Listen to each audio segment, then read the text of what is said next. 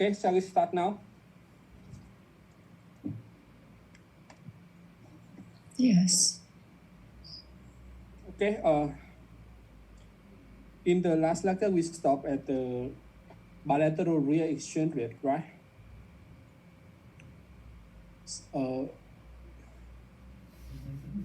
From the bilateral nominal exchange rate, when we look at the exchange rate quoted by the commercial bank on their website, that those are the bilateral nominal exchange rate. And when we see the movement of the bilateral nominal exchange rate, we make no conclusion about how it affects the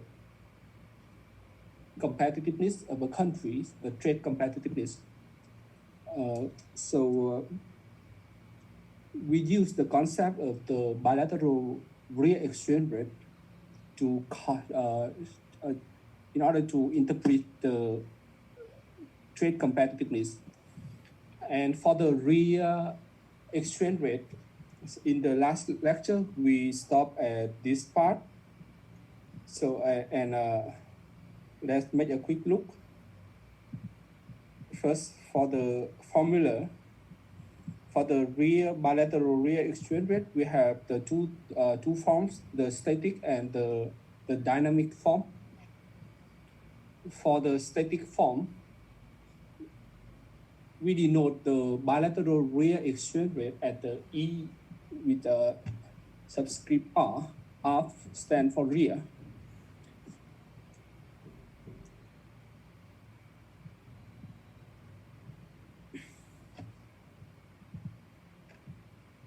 Okay, ER equal to the capital E multiply P star O divided by P.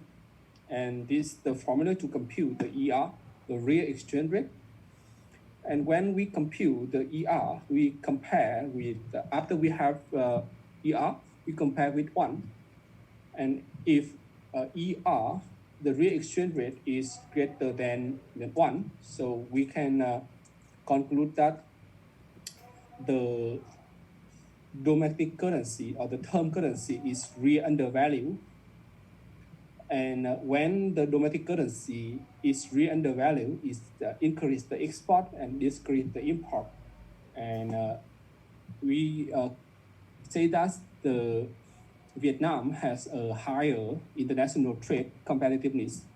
By contrast, when ER is less than 1, okay, so the term currency, in this case, Vietnamese dong is real overvalue. So it's increased import and decreased export. And we can conclude Vietnam has a lower international trade competitiveness. So for the static form of the real exchange rate, we only make a conclusion about whether the international trade competitiveness is lower or higher than its trading partner.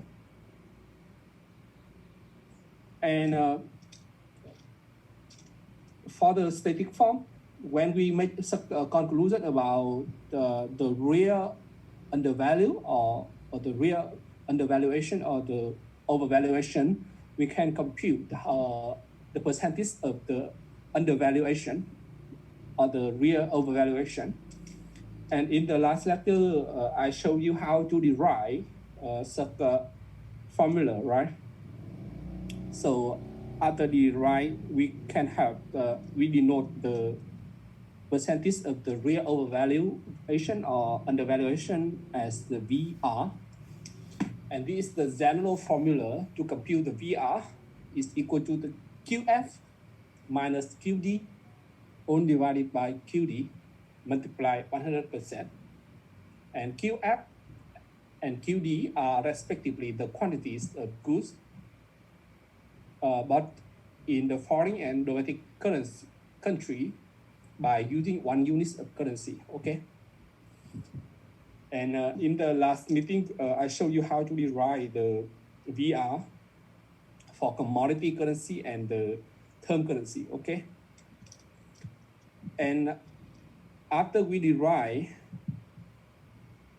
this formula shows us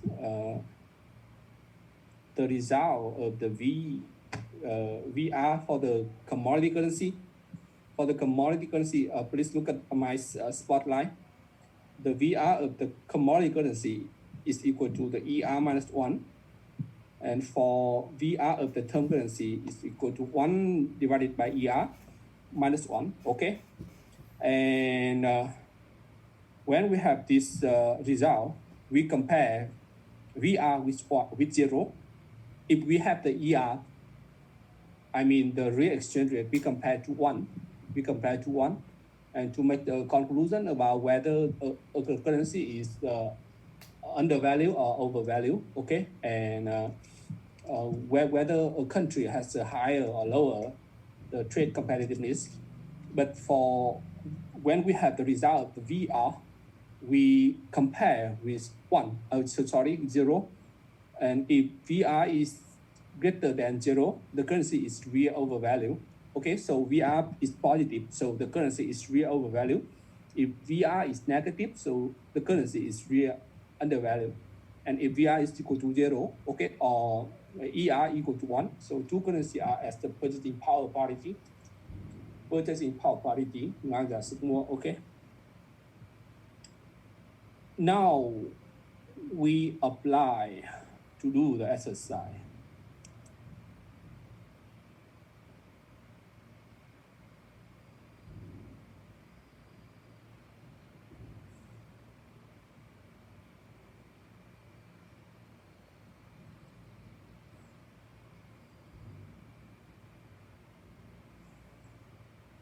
Can you see the exercise I share? Yes. Okay, please do the question 1, question 2, and question 3.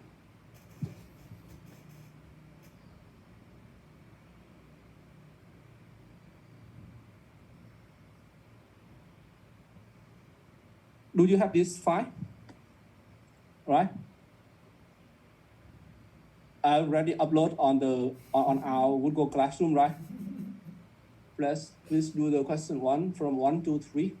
And now we work in the group. We work in pair. You want a group